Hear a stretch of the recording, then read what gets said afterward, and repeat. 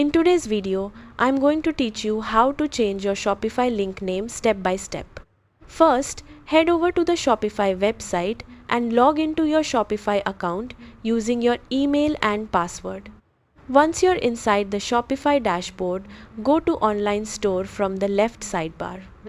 Next, click on Navigation if you want to change the name of a menu link on your store. Choose the menu where the link appears, such as the main menu or footer menu. Now click on the link name you want to edit. Inside the text field, type the new link name you want customers to see on your website. You can also update the link destination if needed by changing the connected page or URL. After making your changes, click Save to apply the updated link name to your Shopify store.